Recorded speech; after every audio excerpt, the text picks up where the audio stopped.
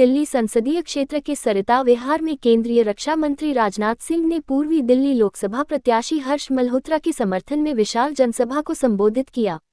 राजनाथ सिंह ने सरिता विहार सभा में कहा कि पूर्वी दिल्ली के लोकसभा क्षेत्र के लोगों ने हर्ष मल्होत्रा को जीताकर संसद में भेजने का मन बना लिया है।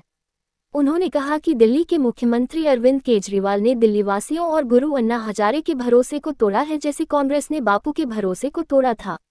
हमारे यहाँ कोई व्यक्ति भरोसा नहीं तोड़ सकता है और हमारी पार्टी देश की जनता का भरोसा नहीं तोड़ सकती। राजनाथ सिंह ने कहा कि जो मुख्यमंत्री आवास सिक्योरिटी न लेने की बात करने वाला था, उस व्यक्ति ने शीश महल तक तैयार करवा लिया, और यही नहीं, उसी शीश महल में उसने अपनी ही महिला सांसद सदस्य के साथ अभद्र दुर्व्यवहार किया और आज तक एक शब्द नहीं बोला। बिना लोकलाज के ना ही परिवार, समाज और ना ही लोकतंत्र चल सकता है।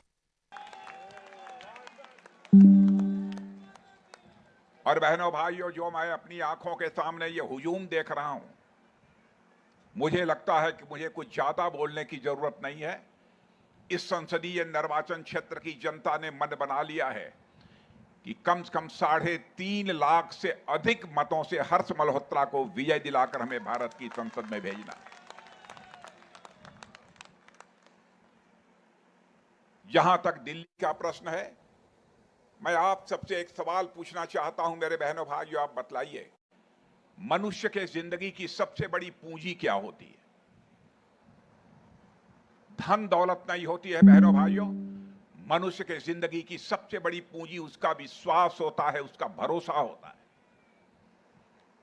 मैं समझता हूं कि जिस समय इंसान का विश्वास टूट जाता है, लोगों का उसके ऊपर से भरोसा टूट जाता है, तो वह इंसान इंसान नहीं रह जाता है, कोई उस पर विश्वास नहीं करता है। यह विडंबना है कि यहां के मुख्यमंत्री अरविंद केजरीवाल ने दिल्ली की जनता के विश्वास को तोड़ा है, उसके भरोसे को तोड़ा है। इतना ही नहीं, अपने गुरु अन्ना हजारे के भी विश्वास को तोड़ा है। अन्ना हजारे कहते रहे किसी भी सूरत में इस आंदोलन के बाद कोई पार्टी नहीं बननी चाहिए, लेकिन उनकी बात को भी नहीं माना। और बहनों भाइयों, ऐसे ही कांग्रेस पार्टी ने भी महात्मा गांधी के भरोसे को तोड़ा है। आपने आजाद भारत के इतिहास को पढ़ा होगा तो आपको जानकारी होगी, आजादी मिलने के बाद महात्मा गांधी ने यह कहा था, जिस कांग्रेस नाम से, जिस बैनर के तले आजादी की लड़ाई लड़ी गई है, उसमें सभी विचारधारा के लोगों ने मिलजुल कर लड़ाई लड़ी है। बोले आजादी हासिल होने के बाद इस कांग्रेस को भंग कर देना चाहिए, और जो अलग पार्टी चलाना चाहते हैं, अलग नाम से कोई पार्टी बनानी चाहिए। कांग्रेस के लोगों ने बापू के भी भरोसे को तोड़ा है। मैं भारतीय जनता पार्टी की तरफ से यकीन दिलाना चाहता हूं बहनों भाइयों, हमारे यहां कोई व्यक्ति भरोसा तोड़ सकता है, लेकिन हमारी पार्टी इस देश की जनता का भरोसा और विश्वास किसी भी सूरत में टूटने नहीं देगी। मैं तो सचमुच, मैं भी एक राज्य का, उत्तर प्रदेश का मुख्यमंत्री रह चुका हूं। मैं कभी कल्पना नहीं करता था।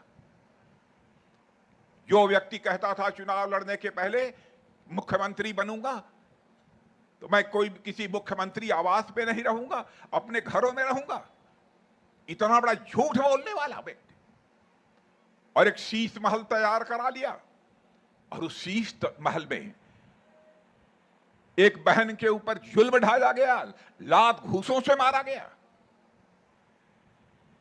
और जैसा हमारे वीरेंद्र सचदेवा जी बतला रहे थे, एक लफ्ज वह व्यक्ति आज तक नहीं बोला। और मैंने देखा उनके जिस निजी सचिव ने उस बहन के ऊपर लात घूसे चलाए हैं, मारे हैं, वह आज से कुछ दिनों पहले अरविंद केजरीवाल के साथ हमारे लखनऊ, यहां से मैं चुनाव लड़ता हूं, वहां घूम रहा था। बहनों भाइयों, मनुष्य के जिंदगी में हया, लाज, शर्म का बहुत बड़ा स्थान होता है। बिना लोक लाज के न तो परिवार चल सकता है, बिना लोक लाज के न समाज चल सकता है, न बिना लोक लाज के लोकतंत्र चल सकता है। मेरे बहनों भाई, आपको लग रहा होगा कि मैं गुस्से में बोल रहा हूं। बहनों भाइयों, मुझे पीड़ा है और हृदय से पीड़ा है। भारतीय जनता पार्टी के प्रति लंबे समय से इस पार्टी में काम कर रहा हूं, इतना आपको भरोसा दिलाना चाहता हूं। हमारे यहां व्यक्ति कोई इधर उधर की बात बोल दे, जो कहे वो ना करे, यह हो सकता है। मैं सबकी गारंटी नहीं लेता हूं, लेकिन पार्टी ने सामूहिक रूप से बैठकर जो फैसला कर दिया, बहनों भाइयों, मैं दावे के साथ कहना चाहता हूं, उससे हम 1 इंच भी कभी विचलित नहीं होने वाले। खबरों के ताज़ा अपडेट के लिए चैनल को लाइक, शेयर और सब्सक्राइब करना ना भूलें।